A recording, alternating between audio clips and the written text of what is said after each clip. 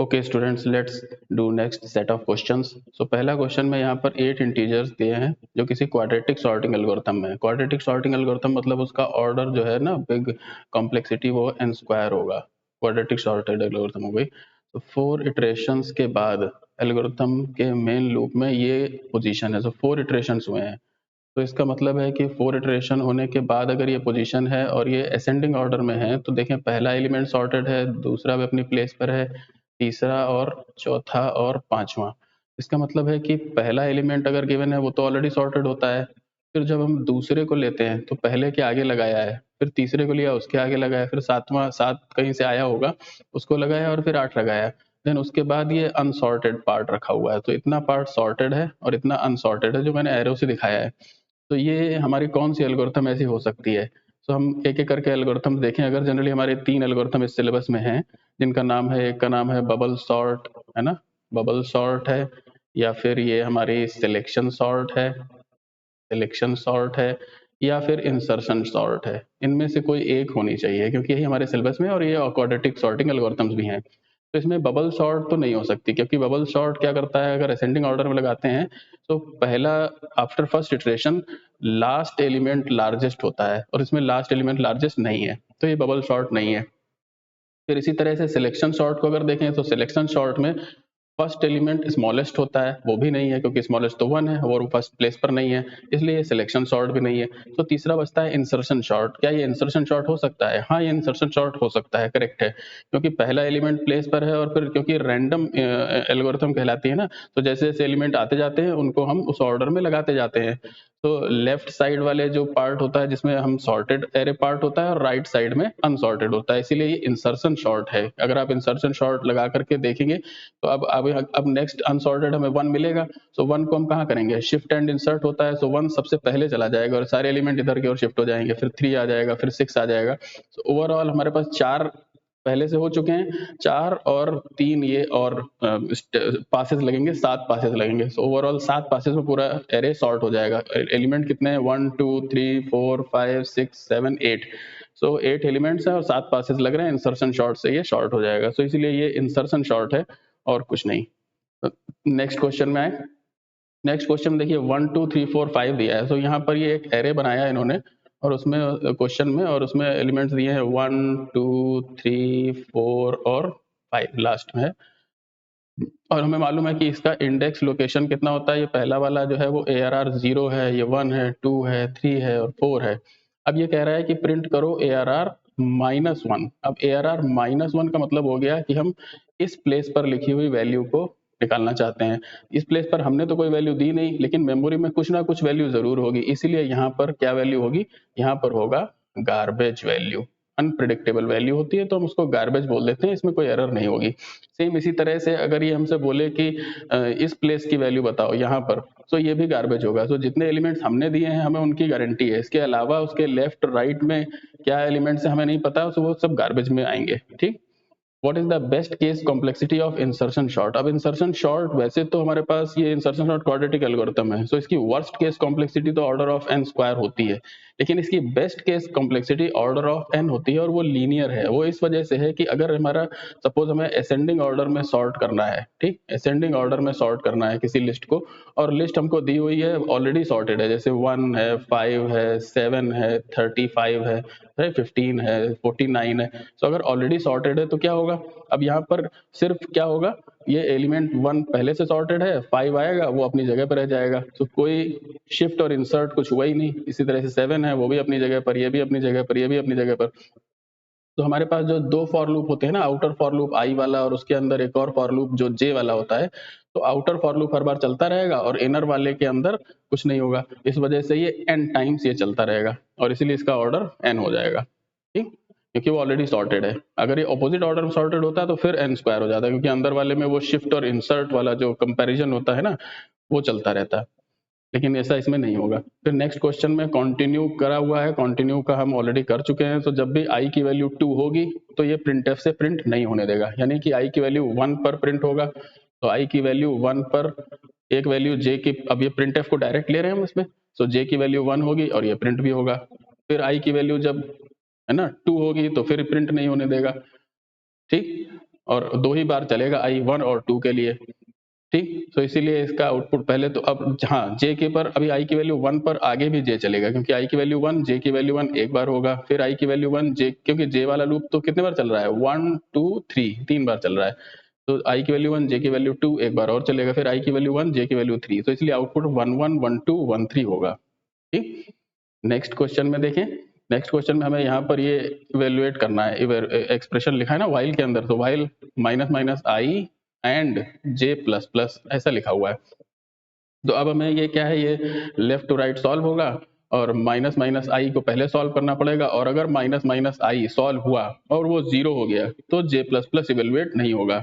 यही होता है हमारा and operation, logical and operator का रिजल्ट। हम E1 एंड E2 करते हैं ना, अगर E1 हमारा जीरो हो गया तो E2 सॉल्व करने की जरूरत नहीं है, क्योंकि इस पूरे का रिजल्ट तो जीरो ही होने वाला है। सो यहाँ पर वही चीज देखते हैं, सो वही चीज यहाँ पर क्या लिखी है, पर उसके पहले हमको ये सॉल्व करना पड़ेगा। सो इसके अंदर लिखा है I is equal to J is equal to 2,3। अब 2,3 है तो ये इक्वल टू की प्रेसिडेंस ज्यादा होती है, और ये दो इक्वल टू लगे हैं, equal to right to left evaluate होता है, सो 2 की वैल्यू जे में चली जाएगी, क्योंकि इक्वल टू प्रेसिडेंस ज्यादा है ना कॉमा से, तो 3 नहीं जाएगा। अगर ये ब्रैकेट में होता है तब 3 जाता है, लेकिन ब्रैकेट में नहीं है, सो 2 चला जाएगा जे में, वही 2 चला जाएगा आई में भी। तो अब यहाँ पर माइनस माइनस आई करने से क्या हो जाएगा, 1 हो जाएगा, 1 हो जाएगा तो ये जे वाला पार्ट भी इवेल्युएट होगा, जे प्लस प्लस भी होगा।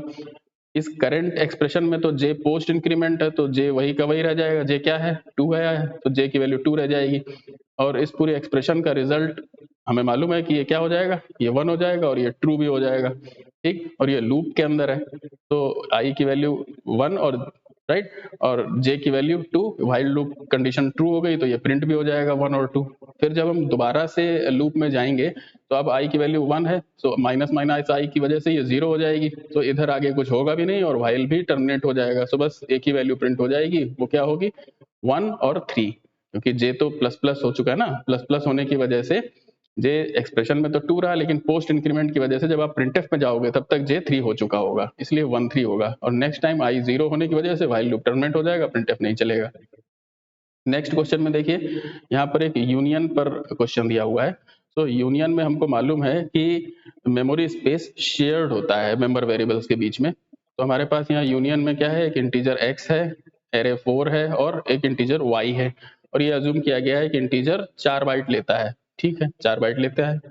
तो इसका मतलब है कि इस पूरे तीनों वेरिएबल्स के लिए एक ही जगह कॉमन दी गई है, और उसका कैपेसिटी कितना है 4 बाइट। अब उसमें चाहे आप x की वैल्यू रख लीजिए एक बार में, या ARR एरे के 4 कैरेक्टर्स रख लो, या फिर y रख लो, कोई एक रख सकते हैं, और ये तीनों के साथ शेयर्ड होगा, तीनों की अलग अलग नहीं होगी, तीनों शेयर्ड होंगे। तो यूनियन मेन के अंदर गए, उसका एक ऑब्जेक्ट बनाया t, ठीक है, t डॉट x में 0 रखा, तो हमारे इस प्लेस पर 0 आ जाएगा, ठीक है। फिर अगली लाइन में गए, t डॉट ARR 1 पे g रखा है, अब t डॉट ARR 1 प्लेस पर 0 है, तो ARR नाम का एक एरे होगा, तो अब ये 0 हट जाएगा यहाँ से, है ना, अब ये 0 हट जाएगा और इसकी जगह पर एरे एरे वाली चीजें आने लगेंगी, क्योंकि अगला वेरिएबल उसको वो ओवरराइट कर देगा। तो यहाँ पर अब एरे आ जाएगा, एरे में कितने प्लेसेस है 1 2 3 4, और इसमें कह रहा है टी ARR 1 पे जी है, 1 क्या होगा 1 लोकेशन ये होगी, ये तो ARR 0 है ना। अब 0 पर आपने कुछ डाला नहीं, और ये कैरेक्टर का एरे है, तो हमें मालूम है कि किसी भी एरे के अंदर हम एक वैल्यू भरते हैं तो बाकी जगहों को वो खुद 0 से भर देता है, लेकिन अगर कैरेक्टर का एरे है तो किससे भरेगा, वो /0 से। इंटीजर का होगा तो 0 से, फ्लोट का होगा तो 0.0 से, तो पहले कैरेक्टर की जगह वैल्यू भर देगा वो /0। और /0 क्या होता है, /0 एक हमारा किसी भी स्ट्रिंग के केस में क्या होता है, स्ट्रिंग का टर्मिनेटिंग पॉइंट होता है, यानी कि अगर स्ट्रिंग में कहीं भी /0 मिल जाए तो उसके आगे फिर स्ट्रिंग इवेलुएट नहीं होती है। अब जब हम इसको प्रिंट करने गए t डॉट ARR को, तो करेक्ट हमें यहाँ पर t डॉट ARR से ये पूरी स्ट्रिंग प्रिंट होनी चाहिए, क्योंकि परसेंटेज दिया हुआ है। सो इस वजह से यहाँ पर क्या प्रिंट हो जाएगा, नथिंग, कुछ भी प्रिंट नहीं होगा, क्योंकि इसको पहला कैरेक्टर ही /0 मिल गया, तो आगे वो जी को उठाएगा ही नहीं, ठीक। अगर आपको जी प्रिंट करना हो तब आप क्या करते, तो इसमें थोड़ा सा चेंज करिए, इसमें चेंज करिए कि आप प्रिंटफ में जा करके %s आपने लिखा, चलिए ठीक है, और यहाँ पर t डॉट ARR +1 कर दीजिए। अब देखिए ये t डॉट ARR के पास तो पहले एलिमेंट का एड्रेस होगा, लेकिन +1 के पास दूसरे का होगा, अब स्ट्रिंग यहाँ से प्रिंट होनी शुरू हो जाएगी और ये जी प्रिंट कर देगा। या %c लगा करके ARR 1 को प्रिंट करिए, राइट, तो दोनों से ही जी तभी प्रिंट होगा, अदरवाइज /0 की वजह से कुछ भी प्रिंट नहीं होगा, नथिंग विल बी प्रिंटेड। चलिए नेक्स्ट क्वेश्चन पर आते हैं। Integer, assume that integer is a 32 bit यानी कि 4 बाइट का इंटीजर है, ठीक। तो इसका फॉलोइंग का आउटपुट क्या होगा ये पूछा है। तो चलिए स्ट्रक्चर को देखें। सबसे पहले इंटीजर एक x है, ठीक, 4 बाइट का एक मेमोरी लोकेशन स्ट्रक्चर के लिए एलोकेट हो जाएगा। फिर अगली ही लाइन में क्या लिखा है, स्टैटिक इंट आई। अब क्या आपको लगता है कि मेंबर वेरिएबल स्टैटिक हो सकता है? क्योंकि स्टैटिक की अपनी डेफिनेशन क्या है कि स्टैटिक को हम बार बार इनिशियलाइज नहीं कर सकते, ये इंस्टेंशिएट नहीं होता है, ऐसा ऊप्स में है, बट यहाँ पर बार बार इनिशियलाइज नहीं होगा। लेकिन यहाँ पर हम स्ट्रक्चर में जब भी मेंबर वेरिएबल का कोई ऑब्जेक्ट बनाएंगे, स्ट्रक्चर का कोई ऑब्जेक्ट बनाएंगे, मान लीजिए हमने st स्ट्रक्चर का एक ऑब्जेक्ट बनाया s1, ठीक। तो फिर s1 अगर हमने ऑब्जेक्ट बनाया तो हम यहाँ पर x डॉट s1 में एक वैल्यू डालेंगे, ठीक, सॉरी s1 डॉट x उल्टा हो गया है, सही करें। तो अगर हमने s1 नाम का एक ऑब्जेक्ट बनाया तो अगर हम x और y में वैल्यू डालने की कोशिश करते हैं तो हमें क्या करना पड़ेगा, हमें करना पड़ेगा कि s1 डॉट x में एक वैल्यू डालें, ठीक। फिर वही चीज हम y के साथ करने की कोशिश करेंगे, s1 डॉट y में दूसरी वैल्यू डालें। तो ये तो s1 ऑब्जेक्ट हो गया। अब अगर हमने इसी तरह से s2 ऑब्जेक्ट बना दिया तो क्या होगा, फिर हमें s2 डॉट x में एक वैल्यू डालेंगे और s2 डॉट y में दूसरी वैल्यू डालेंगे।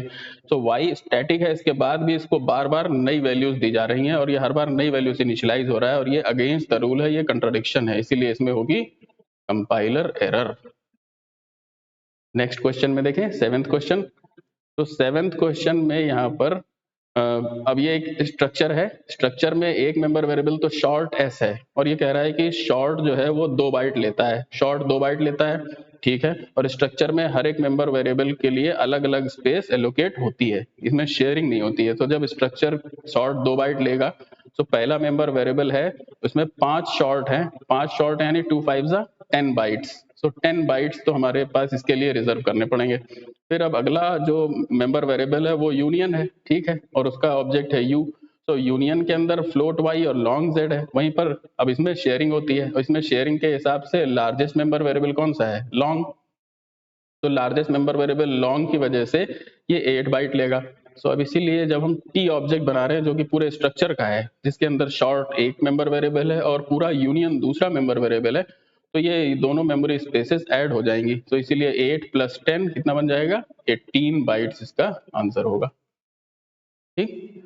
नेक्स्ट क्वेश्चन में देखें, स्ट्रक्ट st इंट x तो ठीक है, लेकिन अगली लाइन गलत है, स्ट्रक्ट st नेक्स्ट। अब ये नहीं हो सकता, क्या करेक्ट है यहाँ पर, करेक्ट ये है struct st pointer next, right. किसी भी स्ट्रक्चर के अंदर हम उसको उसके पॉइंटर ऑब्जेक्ट का सेम पॉइंटर ऑब्जेक्ट तो बना सकते हैं और इसको बोलते हैं सेल्फ रेफरेंशियल स्ट्रक्चर, है ना।